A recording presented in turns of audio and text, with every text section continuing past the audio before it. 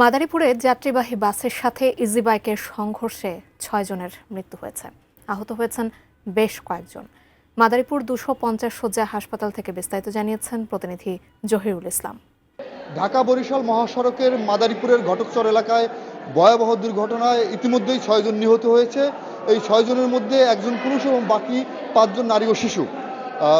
যে ঘটনাটা আমরা জানতে পেরেছি বিকেল ৫:৩০টার দিকে ঢাকা বরিশাল মহাসড়কের যে ঘটকচর স্থলে এখানে মাদারীপুর থেকে ঢাকাগামী একটি যাত্রীবাহী বাস, সার্বিক পরিবহনের একটি যাত্রীবাহী বাস ওখানে একটি ইজি বাইককে চাপা দেয় এবং ইজি বাইককে চাপা দিলে সেখানে ঘটনাস্থলেই ৩ জন নিহত হয় এবং বাসটি ইজি বাইককে চাপা দেওয়ার পরে খাদে পড়ে যায় এবং সেখানে বাসের অনেক যাত্রী হতাহত হয় এবং সব মিলিয়ে পরবর্তীতে ফায়ার সার্ভিস, সেনাবাহিনী এরা উদ্ধার অভিযান পরিচালনা করে ২ ঘন্টা পরে সেখানে যানবাহন চলাচল স্বাভাবিক করতে সক্ষম হয় এবং সর্বশেষ ইতিমধ্যে কিন্তু ৬ জনের লাশ উদ্ধার করা হয়েছে এবং ৬ জনের মধ্যে ৫ জনই নারী এবং শিশু এবং তাদের বাড়ি মাদারীপুর সদর উপজেলার মাদারীপুর শহরের একজন এবং মাদারীপুর সদর উপজেলার কয়েকটি এলাকায়।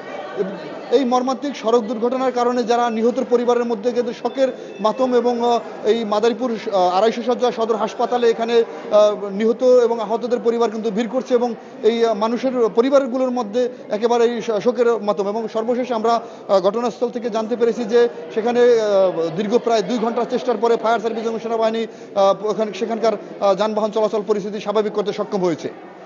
মাদারীপুর থেকে এই ছিল আমার কাছে এই মুহূর্তে সর্বশেষ।